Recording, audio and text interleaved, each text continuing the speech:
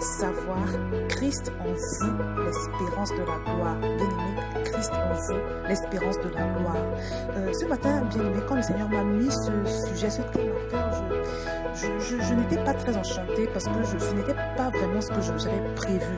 Mais comme je le dis toujours, il vaut mieux obéir à Dieu qu'aux hommes, y compris soi-même, parce que Dieu, il sait toutes choses. Et ce matin, quand j'ai ouvert ma boîte mail, j'ai reçu un courrier d'un serviteur de Dieu qui souffre d'un problème de masturbation, d'un problème chronique de masturbation et de pornographie. Et le témoignage de cet homme m'a vraiment ému. Parce que c'est quelqu'un qui sert Dieu, qui aime le Seigneur, qui fait beaucoup de choses pour le Seigneur, mais qui a ce problème-là, qui est, on va dire, sous l'emprise de ce problème. Il a vu beaucoup de pasteurs, il a reçu des impositions de main, sans succès. Il a effectué beaucoup de jeûnes et de prières, sans succès toujours. Et puis, il se retrouve aujourd'hui dans une situation où il est complètement rejeté par son entourage à cause de ce problème, y compris par ses pasteurs, donc, qui l'ont mis sous discipline. Et il vit dans une situation de peur, qui se retrouve un peu comme devant un mur. Il a l'impression qu'il est dans une situation sans issue. Alors, ce témoignage m'a beaucoup touchée. C'est un témoignage qui a provoqué également de la révolte à l'intérieur de moi. Et pour moi, c'était comme une confirmation que c'est effectivement le Seigneur qui me demandait de partager sur la puissance de Christ en nous en tant qu'enfant de Dieu. Vous savez, bien aimé, l'une des précédentes vidéos, parmi les 2 vidéos que j'ai fait la dernière fois, j'ai parlé de 2 choses à comprendre pour une prière appropriée, une prière efficace. La première des choses, c'était de connaître son identité. La deuxième, c'était de connaître son héritage. Aujourd'hui, bien aimé, je voudrais te dire 4 choses. Pour toi qui es lié, toi qui te sens lié, par quoi que ce soit. Alors, le problème de ce frère dont je viens de vous parler est un problème lié à la pornographie, à la masturbation. Mais peut-être que toi également, où tu es, tu as un problème d'une toute autre nature et qui t'a servi. Ce problème est dans ta vie comme une chaîne, comme un joug. Et je voudrais te dire aujourd'hui, bien-aimé, que si véritablement tu sais quel grand Dieu tu sers, et si tu sais qu'il vit en toi, selon ce que 1 Corinthiens 3,16 déclare, à savoir, ne savez-vous pas que vous êtes le temple du Saint-Esprit, bien-aimé? Si tu sais que Christ vit en toi, et si tu sais, comme l'apôtre Paul qui avait déclaré un jour, que si je vis, ce n'est plus moi qui vis, et c'est Christ qui vit en moi.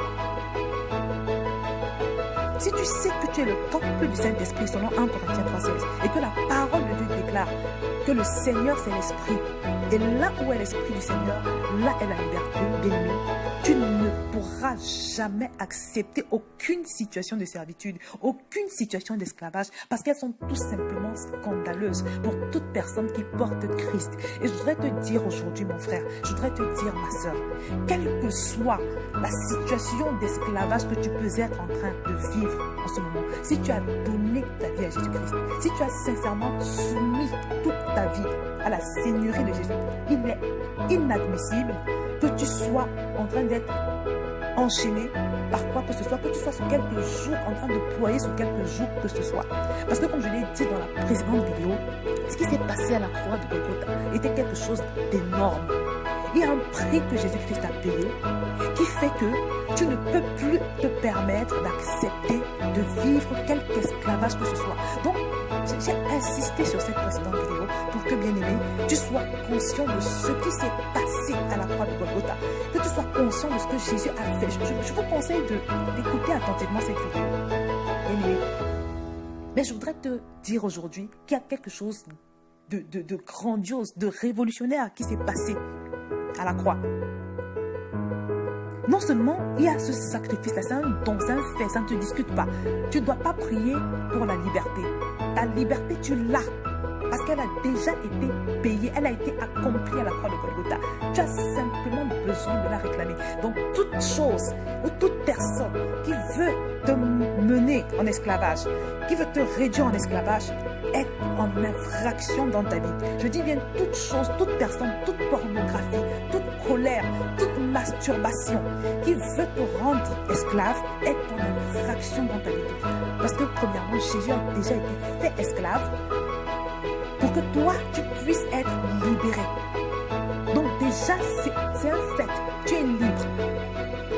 Cette chose-là cette masturbation, cette colère, ou je ne sais pas trop quoi d'autre, cette fornication, cela ne signifie pas, bien-aimé, que tu n'es pas libre. Ça veut dire tout simplement que ta liberté n'est pas encore manifeste, mais elle est là. Alors ce que tu dois faire, et c'est ça le but de la prière, c'est ça le rôle de la prière, tu dois appeler cette liberté à la manifestation. Et bien aimé, ne négocie pas. Il ne faut pas supplier quand tu pries par rapport à ce genre de choses, parce que c'est quelque chose que tu as déjà, mon frère. C'est quelque chose que tu as déjà. Tu es libre de cette pornographie. Je voudrais m'adresser à ce frère. Mon frère, tu es libre. Quand Dieu te regarde, il voit quelqu'un qui est libre de toutes ces chaînes-là, parce que ce prix a déjà été payé. Donc en fait, tout esclavage, toute servitude que tu vis, que tu subis, ça peut être, une forme d'asservissement dans le foyer. Peut-être ton mari te maltraite. Ça non plus, c'est des situations pas normales. Jésus a déjà été maltraité. Tu n'as pas à subir la maltraitance de quelque façon que ce soit, mon frère ou ma soeur. Quand on prie par rapport à ce genre de choses, on réclame, on appelle à l'existence et on rappelle à l'envahisseur que Jésus-Christ a déjà été maltraité.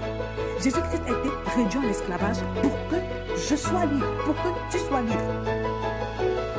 Donc c'est très important, ça c'est un fait. Maintenant, la deuxième chose très importante sur laquelle tu dois t'appuyer pour prier efficacement, pour que ta prière soit accompagnée de foi, c'est que 1 Corinthiens 3,16, je te le redis, dit que tu es le temple du Saint-Esprit, c'est-à-dire il vit en toi. Et 2 Corinthiens 3,17 te dit que là où est l'Esprit du Seigneur, là est la liberté. Bien aimé, c'est trop fort. C'est la réalité, mon frère, c'est la réalité, ma soeur. Cette réalité n'est pas encore effective dans ta vie, bien aimé, parce que tu n'as pas pris conscience. Tu es peut-être simplement informé de ce que la parole de Dieu dit que tu es le temple du Saint-Esprit. Tu es peut-être simplement informé qu'elle dit que où est l'Esprit du Seigneur, là est la liberté. Mais bien aimé, je peux t'assurer que à l'instant où tu vas avoir la révélation de ce que ça signifie, avoir le Saint-Esprit, le Dieu glorieux, le Dieu tout-puissant, le Dieu devant qui rien ne peut se tenir, le Dieu incontestable, le Dieu irrésistible. Le jour où tu vas avoir la conscience que ce Dieu habite en toi, bien-aimé, ta forteresse va être renversée, ta chaîne va être brisée, ce mur devant toi va tomber, cette situation d'esclavage va s'arrêter. Bien-aimé, tu dois prendre conscience de ce que tu transportes à l'intérieur de toi. Tu dois prendre conscience. Christ vit en toi. Christ est le Saint-Esprit. Peut-on asservir Christ, mon frère? Quand tu lis ta Bible là, est-ce que tu as vu une seule situation où Jésus a été fait esclave? Est-ce que tu as vu une seule situation où Jésus a été oppressé? On va parler d'héritage. Peut-être c'est à cause de ton héritage familial. Tu as hérité d'une colère que tout le monde manifeste dans la famille. Tu as hérité d'un problème d'impudicité. Mais Christ vit désormais en toi. Tu es de la nouvelle création et la parole de Dieu